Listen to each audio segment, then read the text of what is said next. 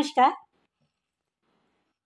मी पुष्पलता जगताप आणि तुमचं माझ्या यूट्यूब चॅनलमध्ये खूप खूप स्वागत आहे. आजच्या व्हिडिओमध्ये आपण पाहणार आहोत कर्माची गती समजून घेतल्यावर यश लवकर मिळते. तर हा आहे कर्माचा सिद्धांत. चला तर मग, प्रत्येक चांगल्या वाईट गोष्टीचा हिशोब हा होतच असतो आणि म्हणून कर्माचा सिद्धांत तुम्ही चांगला ठेवा. कोणाची हाय लावून घेऊ नका, कारण त्याचे गंभीर परिणाम तुम्हाला भोगावे लागतात. ज्यांनी अनेकांचे तळतळाट घेतलाय आणि त्याचे भोग ते भोगत असतात त्यांना नक्कीच माझं बोलणं पटत असेल. अनेक कारणामुळे तळतळाट दिलेला असतो, जसे की शारीरिक किंवा मानसिक छळ, अपमानास्पद वागणूक, कोणाचं मन दुखावले असू शकते, कोणावर अन्याय केला गेलेला असतो, काहीही कारण नसताना कोणाची तरी सामाजिक बदनामी केलेली असते, छळ केलेला असेल, कोणाची हक्काची फसवून प्रॉपर्टी हडपली असेल, कोणाच्या अनिती कार्याला बळ दिले असेल, शारीरिक दुखापत केलेली असेल किंवा विश्वासात गैरफायदा घेतलेला गेलेला असेल, ज्याने उपकार केले असतील आणि स्वार्थासाठी त्याच्याच पाठीत खंजीर खुपसला असेल, असे त्रासाचे कुठलेही कारण असू शकते. आता वरील गोष्टीचा समोरच्या व्यक्तीला प्रचंड त्रास होत असतो. तो खूप दुःखी होतो, त्याचे मनोबल कमकुवत होत असते. पर्यायाने ती व्यक्ती प्रचंड डिप्रेशनमध्ये देखील जाऊ शकते. पण जाणून बुजून त्रास देणाऱ्या व्यक्तीला हे समजत नसतं. पर्यायाने ज्या व्यक्तीला त्रास झालेला असतो त्या व्यक्तीकडून कुठला चमत्कार होत नाही किंवा देव देखील शाप देत नाही किंवा काठीने मारत तर अजिबात नाही. पण त्या दुखावलेल्या व्यक्तीमधून अतिशय तेजस्वी नकारात्मक ऊर्जा शक्ती निघते आणि ती समोरच्या व्यक्तीमध्ये शोषली जाते. मग समोरच्या व्यक्तीला हाय लागते. त्यालाच तर तळतळाट असे म्हणतात. ज्याने कोणी त्रास दिलेला असतो त्याचे हे कार्य यशस्वी होत नाही. किंबहुना काय होते, जर समजा झालंच तरी ते जास्त काळ टिकत नाही. सतत अपयश येत राहतो, घरात आजारपण येते, काहीही घटना घडू शकतात. आपण किती खरे आहोत किंवा किती खोटे आहोत हे फक्त आणि फक्त आपल्यालाच आणि आपल्याच अंतर्मनाला माहीत असते. समोरच्याचं मन दुखावलं जाणं म्हणजेच आपल्या त्याची परतफेड या जन्मात करावी लागतेच. तुम्ही आस्तिक असाल पण आस्तिक. चांगल्या वाईट गोष्टीचा हिशोब हा व्याजासहित परत करावाच लागतो. राजा धृतराष्ट्राचे 100च्या 100 पुत्र युद्धात मारले गेले. तेव्हा त्यांनी श्रीकृष्णाला विचारले की असं का झालं? माझ्या संपूर्ण जीवनामध्ये मी असं कोणतंही महान पाप केलेलं नाही की ज्याचा परिणाम स्वरूप माझ्या सर्वच्या सर्व पुत्रांचा मृत्यू माझ्या डोळ्यासमोर पाहून त्याचे दुःख सोसणं माझ्या नशिबी यावं. तेव्हा भगवान श्रीकृष्णाने धृतराष्ट्राला त्याचा पूर्वजन्म पाहण्याची दिव्य दृष्टी दिली. धृतराष्ट्र राजाने दिव्य दृष्टीद्वारे पाहिलं की साधारण 50 जन्मापूर्वी तो एक पारधी होता आणि पक्षी पकडण्यासाठी त्याने एका वृक्षाला आग लावली होती. आग लागताच बरेच हे पक्षी उडून गेले. मात्र आगीची झळ लागल्यामुळे त्यातील कित्येक पक्षी आंधळी झाली, तर काही पक्ष्यांची 101 लहान पिल्ले उडू न शकल्यामुळे आगीत होरपळून मृत्युमुखी पडली. धृतराष्ट्र राजाची त्यावेळची ही क्रिया होती, पण त्याच्या त्या कर्माचं फळ कित्येक जन्मानंतर त्याला या जन्मामध्ये जेव्हा 100 पुत्र प्राप्त झाले तेव्हा ते या युद्धात मारले गेले आणि तेव्हाच त्याच्या कर्माचे फळ पूर्ण झाले. कर्म हे फळ देऊनच शांत होतं. प्रत्येक चांगल्या वाईट गोष्टीचा हिशोब हा होतोच आणि हा प्रत्येकाच्याच कर्माचा सिद्धांत आहे. चांगले कर्म चांगले फळ देऊन शांत होतं, तर वाईट कर्म हे वाईट फळ देऊनच शांत होतं. फक्त वेळ आणि काळामागे पुढे होऊ शकतो. हाच कर्माचा सिद्धांत आहे. आता आपणच ठरवायचं आहे की आपलं कर्म कसं असलं पाहिजे. आणि म्हणूनच म्हणतात प्रत्येकाला कर्माचं फळ हे भोगावंच लागतं. आता त्यातील आपण मुद्दे बघू. नंबर 1, तुम्हाला हे सगळं काही मिळेल जे मिळवण्याची तुमची इच्छा आहे.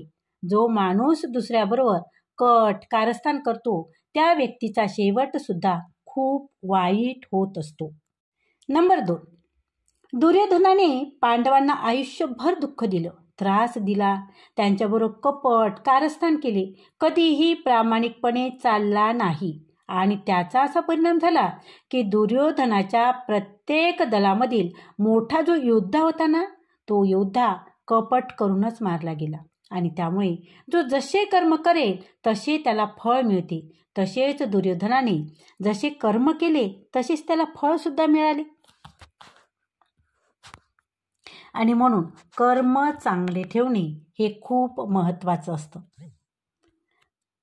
पूर्ण आयुष्य त्याने दुसऱ्यांना दुःखच दिलं, त्यांच्याबरोबर कपट केले, तर शेवटी त्याचा मृत्यूसुद्धा कट कारस्थानानेच झाला. त्यामुळे श्रीकृष्ण म्हणतात की कोणतीही व्यक्ती स्वतःला खूप जास्त चालाक समजत असेल, दुसऱ्यांना दुःख देऊन, त्रास देऊन, दुसऱ्यांना बावळट बनवत असेल, तर लक्षात ठेवा, एक दिवस त्यांच्या आयुष्यामध्ये सुद्धा असे कोणीतरी येईल जे त्याला सुद्धा धोका देऊन निघून जाईल. कारण कर्म ही अशी गोष्ट आहे की जी सगळ्यांचे चेहरे लक्षात ठेवते. जो जसे कर्म करतो त्याला तसेच फळ सुद्धा मिळत असते. कर्माचा सिद्धांत काय सांगतो? नंबर 3, तुमचा आनंद, तुमची खुशी, तुमचे दुःख कोणालाही सांगितले नाही पाहिजे. कारण काय, जगामध्ये लोक तुमच्या आनंदाला सुद्धा नजर लावतात आणि तुमच्या दुःखामध्ये तुमच्यावर हसतात देखील. या जगामध्ये तुमच्या आनंदामुळे दुसरे कुणीही आनंदी होऊ शकत नाही. लोक तुमच्यावर जळतात आणि त्यामुळे आपले प्रत्येक दुःख, प्रत्येक अडचण लोकांना दाखवणे गरजेचे नाही. नंबर 4, लोक तर यासाठीच बसलेले असतात की दुःखी माणसाला आणखी दुःखी करण्यासाठी आणि सुखी माणसाला त्रास देण्यासाठी. तुमच्या मनाची परिस्थिती तुमच्यापर्यंतच ठेवा. ही अडचण फक्त अशाच माणसांना सांगा ज्यांना समजून घेण्याची समज आहे. तुम्हाला जे समजून घेऊ शकेल अशा व्यक्तींजवळच तुम्ही तुमचं दुःख व्यक्त करा. नंबर 5, जो माणूस आपल्या रागावर नियंत्रण ठेवू शकत नाही तो माणूस स्वतःच्या आयुष्यामध्ये कशावरही नियंत्रण ठेवू शकत नाही. नंबर 7, आयुष्यामध्ये जेव्हा कोणतेही दुःख येईल, मोठी आपत्ती येईल, कोणती अडचण आली तर कधीही हिंमत हारू नका. फक्त थोडी वाट पहा, थोडी सहनशीलता ठेवा. जो माणूस अडचणीच्या वेळेमध्ये स्वतःला सांभाळून डोकं शांत ठेवून चालतो तो संकटांना सहजपणे पार करू शकतो. नंबर 7, माणसाचं नशीब कितीही चांगलं असलं तरी त्याच्या काही इच्छा ह्या अपूर्ण राहतातच. नंबर 8, आपल्यामध्ये कमी असलेली गोष्ट फक्त आपणच दूर करू शकतो, दुसरे कोणीही नाही. बाकी सगळे तर फक्त याचा फायदा घेतात. नंबर 9, खरं बोलणं तर दूरच राहिलं, आजकाल लोक खरं ऐकणं सुद्धा पसंत करत नाहीत. नंबर 10, काही वाटायचं असेल तर ते हसू वाटा आणि अश्रू तर सगळ्यांच्याच जवळ असतात. नंबर 11, जे तुमच्या नशिबात लिहिलेलं असेल ना ते स्वतः तुमच्याकडे येईल आणि जे नशिबात लिहिलेले नाही ते येऊन सुद्धा निघून जाईल. नंबर 12, आयुष्य कधी आनंदी नसतं, त्याला आनंदी बनवावं लागतं.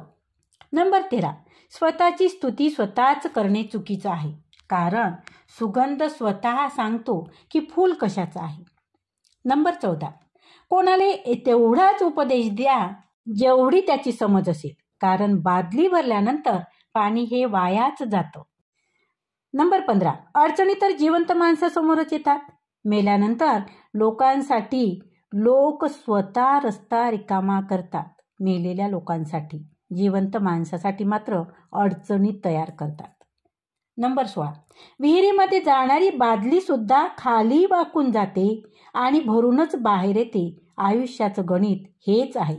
जो नम्रपणा दाखवतो तो सगळं मिळवतो. नंबर 17, नाते तोडले तर नाही पाहिजे, पण जिथे कदरच नाही आहे तिथे निभवले सुद्धा नाही पाहिजे. कारण नातं तिथेच निभवा जिथे तुमच्या नात्याला तुम्हाला कदर केल्या जाईल किंवा तुमची कदर होईल. नंबर 18, नाती तीच यशस्वी होतात जी दोन्हीकडून निभावली जातात.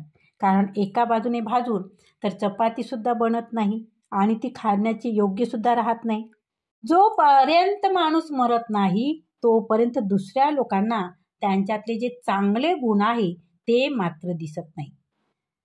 नंबर 20, तोपर्यंतच लोक तुम्हाला महत्त्व देतील जोपर्यंत त्यांचं तुमच्याकडे काम आहे. कारण दिवा लावल्यानंतर काडी फेकूनच दिली जाते. तर काय सांगतो कर्माचा सिद्धांत?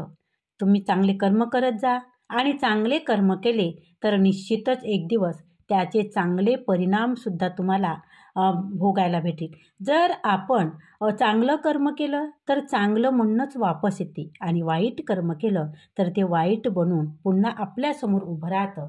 म्हणून कर्मावर विश्वास ठेवा, चांगलं कार्य करा, चांगलं कर्म करा. तर धन्यवाद.